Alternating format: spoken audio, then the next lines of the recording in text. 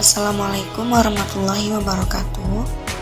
Di sini saya akan menjelaskan atau mempresentasikan tugas mata kuliah Biokimia dan Fisika Kesehatan dengan materi yang saya bahas, yaitu alur pemeriksaan kehamilan.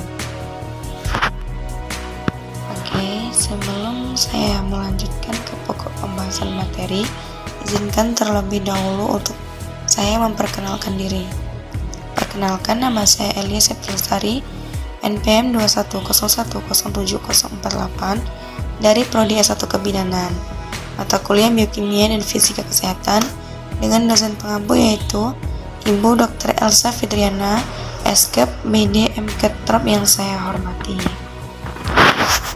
Selanjutnya, saya akan menjelaskan apa yang dimaksud atau bisa disebut dengan apa jenis pemeriksaan kehamilan pertama kali. Pemeriksaan kehamilan sudah perlu dilakukan sejak pertama kali tahu bahwa diri Anda hamil. Tujuannya adalah untuk memeriksa kondisi kesehatan Anda dan janin dalam kandungan. Lalu, apa saja yang akan diperiksa dalam pemeriksaan kehamilan ini akan saya bahas di slide selanjutnya. Kemudian kita bahas tentang apa tujuan dari pemeriksaan kehamilan. Tujuan utama dari serangkaian pemeriksaan kehamilan adalah untuk menjaga agar kehamilan sehat. Tidak hanya untuk mengevaluasi kondisi ibu dan janin, pemeriksaan kehamilan juga penting untuk memantau tumbuh kembang janin dan mendeteksi sedini mungkin adanya kelainan baik pada ibu maupun pada janin.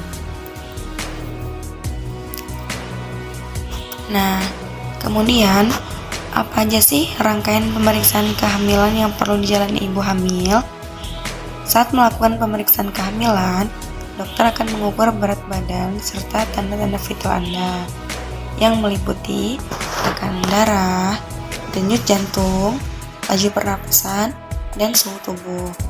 Dokter juga akan melakukan pemeriksaan fisik dan pemeriksaan kandungan, termasuk pemeriksaan Leopold.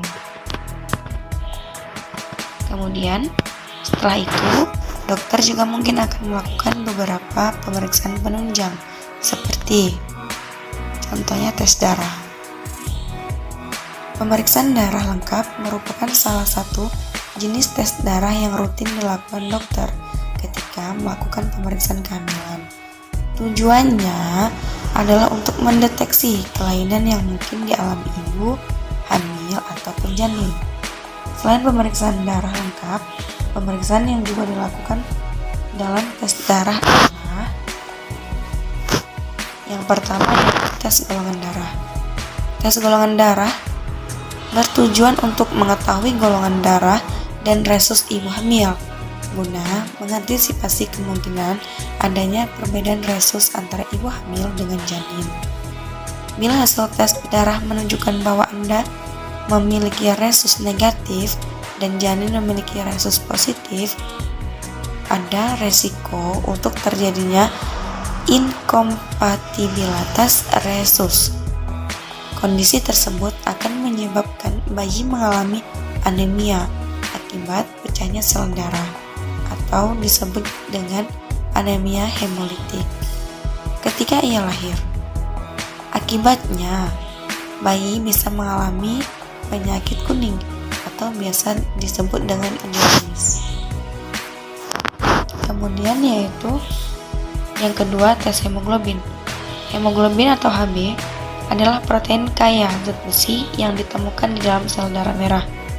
Hb memungkinkan sel darah merah untuk mendistribusikan oksigen ke seluruh tubuh dan mengangkut karbon dioksida dari seluruh tubuh untuk dibuang melalui paru-paru. Setiap ibu hamil perlu menjalani pemeriksaan Hb untuk mendeteksi apakah terdapat penyakit anemia atau kurang darah. Anemia perlu dicegah dan diobati karena dapat mengganggu kesehatan ibu dan janin.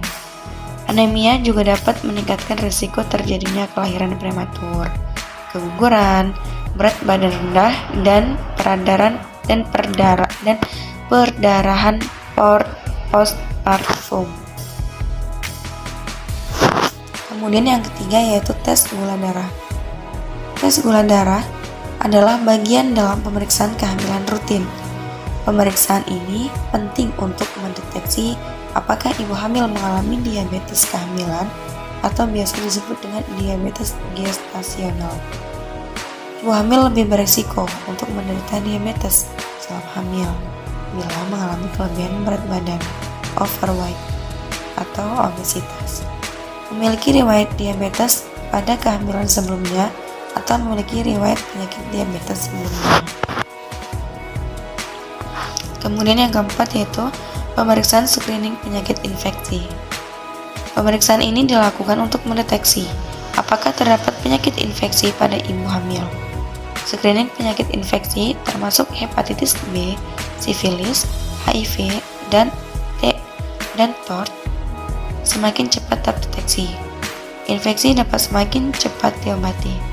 Selain untuk mencegah risiko penularan pada janin, pemeriksaan ini juga penting dilakukan untuk mengurangi risiko terjadinya penularan infeksi pada pasangan. Kemudian yang kelima yaitu pemeriksaan genetik. Pemeriksaan ini dilakukan untuk menentukan apakah Anda memiliki kelainan genetik seperti thalassemia yang berisiko diturunkan pada janin. Pemeriksaan genetik juga bisa dilakukan pada janin dengan mengambil sampel cairan ketuban, amniocentesis, dan sampel darah janin, fetal blood sampling.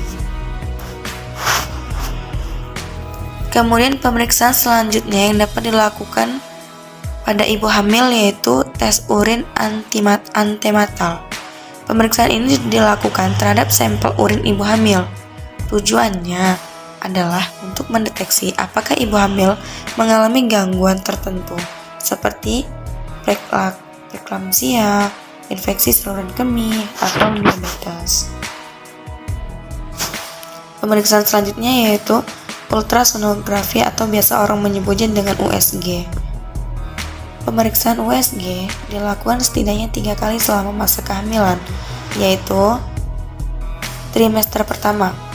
Pemeriksaan USG pada trimester pertama atau usia kandungan 10-14 minggu bertujuan untuk menentukan usia kehamilan dan mendeteksi kemungkinan hamil kembar atau kelainan pada janin, misalnya sindrom Down.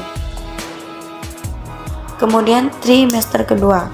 Pemeriksaan USG pada trimester kedua atau pada minggu 18-20 bertujuan untuk menentukan apakah terdapat kelainan bawaan atau kongenital pada janin, misalnya kelainan jantung bawaan dan cacat tabung saraf. Kemudian trimester ketiga. Pemeriksaan USG di kelahiran minggu ke-32 atau memasuki trimester ketiga dilakukan bila plasenta berada di atas tulang serviks. Pemeriksaan USG bertujuan untuk mendeteksi kemungkinan terjadinya kondisi placenta previa.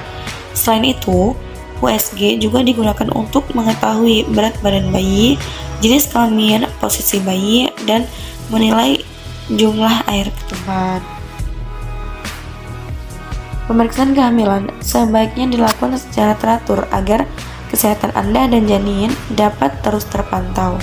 Oleh karena itu, usahakan untuk tidak melewatkan jadwal pemeriksaan kehamilan. Selain rutin menjalani pemeriksaan kehamilan, terapkan juga pola makan sehat dan bergizi seimbang. Konsumsi vitamin prenatal sesuai anjuran dokter. Minum air putih yang cukup, lakukan olahraga ringan secara rutin, dan istirahat yang cukup agar kehamilan Anda tetap sehat. Oke, terima kasih. Baiklah, itulah penjelasan dari saya. Bila mana ada kurang lebihnya saya mohon maaf, dan kepada Allah saya mohon ampun. Semoga ilmunya dapat bermanfaat untuk semua. Saya akhiri, wabillahi taufiq wal hidayah.